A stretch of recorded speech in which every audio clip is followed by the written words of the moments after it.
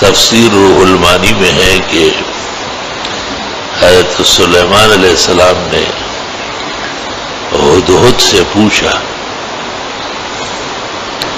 کہ تم تو زمین کے اندر سے حالات جانتے ہو کہ یہاں میٹھا پانی ہے اور شکاری شکار کے لیے دام ڈالتا ہے، جال بچھاتا ہے اور آپ اس میں آ جاتے ہیں۔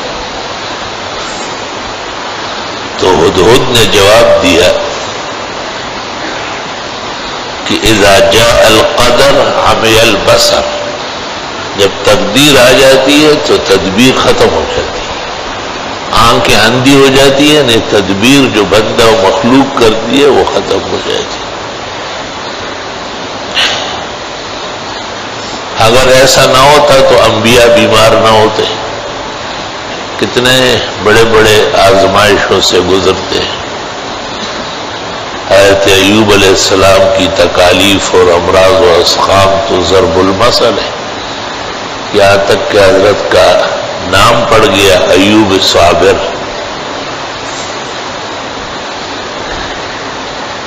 جناب رسول اللہ صلی اللہ علیہ وسلم نے کم دعائیں اور تدابیر فرمائی ہے۔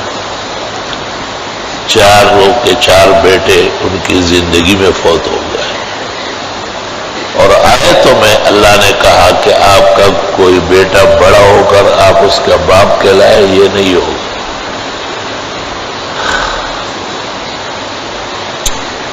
مجال ہے کہ نبی خدا کے نظام میں کوئی بات کہے، اور آپ کے بعد جو صحابہ میں اختلافات ہو گئے، اور عمر شہید ہو، عثمان شہید ہو، اور علی شہید ہو، حسن شہید ہو، حسین شہید ہو، اور عبداللہ ابن زبیر شہید ہو، مجال ہے کہ نبی اور رسول مقادیر الہی میں دخل لیں۔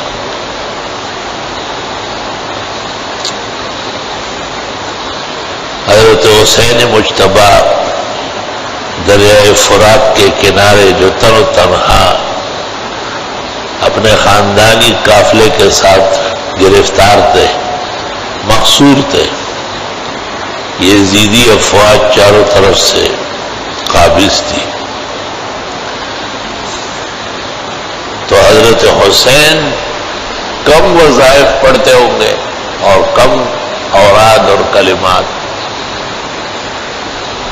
اذا جاء القدر عمی البصر، تقدیر کے سامنے بندے کی تدبیر کوئی چیز نہیں، بہت معمولی چیز ہے۔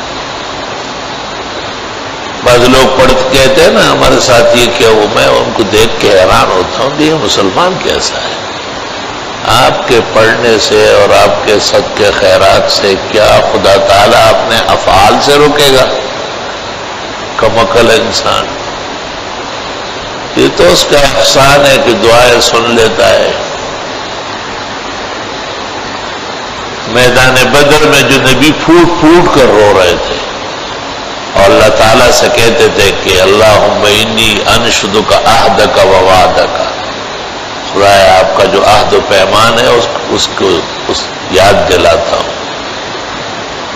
اللہم ان تہلک ھذہ العصابۃ لم تعبد، یہ تھوڑے سے لوگ تیار کر کے لایا تھا، اگر اس میدان میں ہی شہید ہو گئے کوئی نام لیوا نہیں آئے گا۔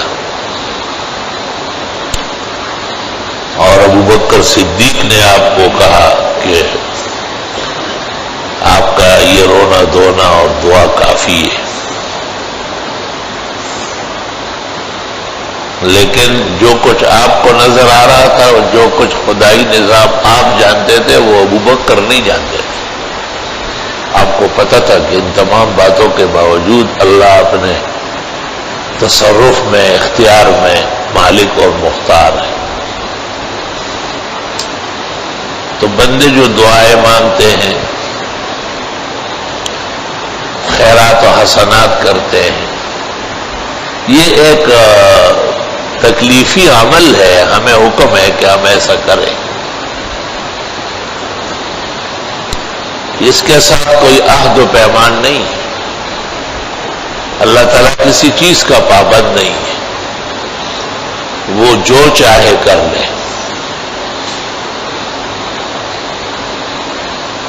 حضرت عائشہ نے ایک موقع پر جناب نبی کریم صلی اللہ علیہ وسلم سے کہا تھا،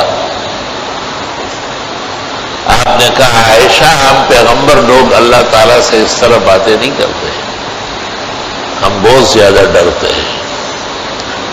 جو جتنا جانتا ہو اتنا ڈرتا ہو. بڑا بیٹا باپ سے بہت خوفزدہ ہوتا ہے، چھوٹا اتنا نہیں جانتا، وہ داڑھی کو بھی ہاتھ لگاتا ہے، مختلف باتیں بھی کرتا ہے، کھیلتا بھی ہے.